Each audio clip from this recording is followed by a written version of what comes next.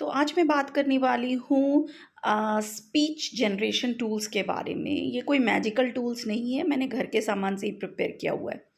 तो ये जो पहला है, ये ए और बी साउंड के लिए इनिशियली यूज़ किया था मैंने।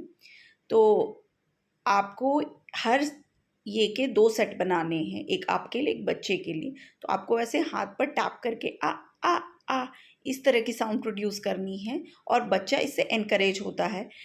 ये वाला जो है, इसमें जो सर्कुलर पोर्शन है वो ब साउंड के लिए है, यानी कि बी। और इसका जो पीछे वाला हिस्सा है, यानी कि जो फ्लैट वाला पोर्शन है, वो आप म साउंड के लिए प्रोड्यूस कर सकते हैं। तो बच्चे के आप लिप्स के बीच में इसको रखेंगे और उसे एनकरेज करेंगे और आप खुद भी वो साथ में करते जाएंगे। ये जो ट्रायंगल वाले पोर्शन की जो टिप है, इसे प साउंड के लिए आप यूज़ कर सकते हैं। ये बच्चे के प साउंड का जनरेशन के लिए है। ये मैंने शेप सॉर्टिंग टूल से ही बनाया है, मैंने कोई अलग से कोई एप्रैक्सिया टूल नहीं लिया है। एप्रैक्सिया में बहुत सारे बच्चे जो होते हैं वो ठीक से साउंड प्रोड्यूस नहीं कर पाते या इनिशिएट नहीं कर पाते। तो इनिशियल साउंड प्रोडक्शन के लिए आप अलॉन्ग विथ जो रेगुलर स्पीच थेरेपी है, ये भी आप दे सकते हैं साथ के साथ में, ताकि बच्चा प्रैक्टिस भी करता जाए। ये जो टिप का पोर्शन है, इसे आप उसके लिप्स के बीच में रखिए और प का साउंड उससे आता है। इसके अलावे और भी कुछ टूल्स हैं मेरे पास, बट लाइक आई सेड कि ये कोई मैजिकल टूल नहीं है कि आप इसे बच्चे के मुंह में डालेंगे और वो बोलना शुरू कर देगा। आपको ये साउंड प्रैक्टिस के लिए रखना है। ये मेरे पास स्ट्रॉज़ हैं, मेरे पास ऐसे सर्कुलर स्ट्रॉज़ हैं, आप रेगुलर स्ट्रॉ भी यूज़ कर सकते हैं।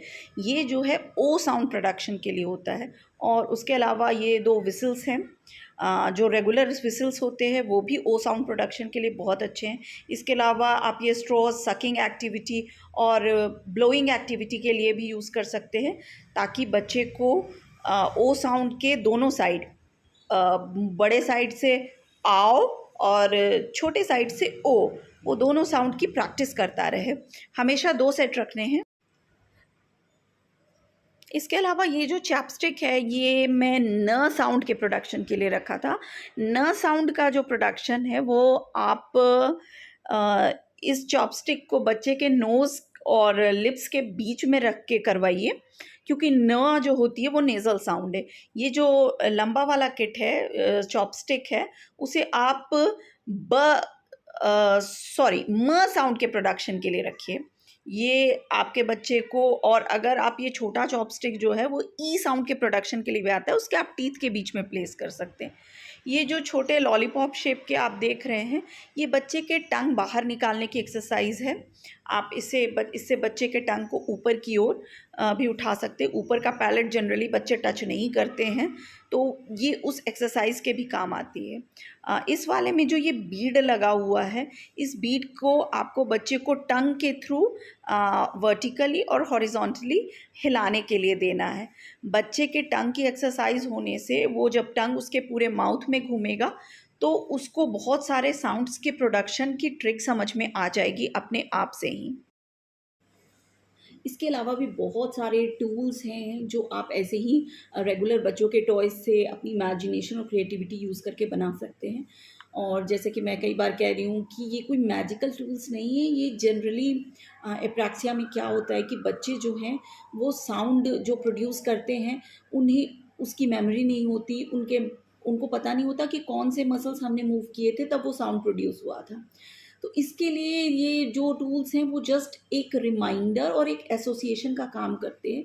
तो बच्चे को टूल और उसकी वो एक्टिविटी देख के याद आ जाता है कि ओके, मैंने ये मसल मूव किया था जब मैंने ये साउंड प्रोड्यूस की थी। तो इससे बच्चे की जो प्रैक्टिस है वो बनी रहती है। तो आपको बहुत कंसिस्टेंटली और बहुत पेशेंस के साथ काम करना है, बिकॉज़ एप्रैक्सिया में साउंड प्रोडक्शन बहुत डिफ़िकल्ट हो जाता है। और इसके अलावा जो बेसिक उसके कॉग्निशन और अंडरस्टैंडिंग है, उस पे तो आप काम करते ही रहिए।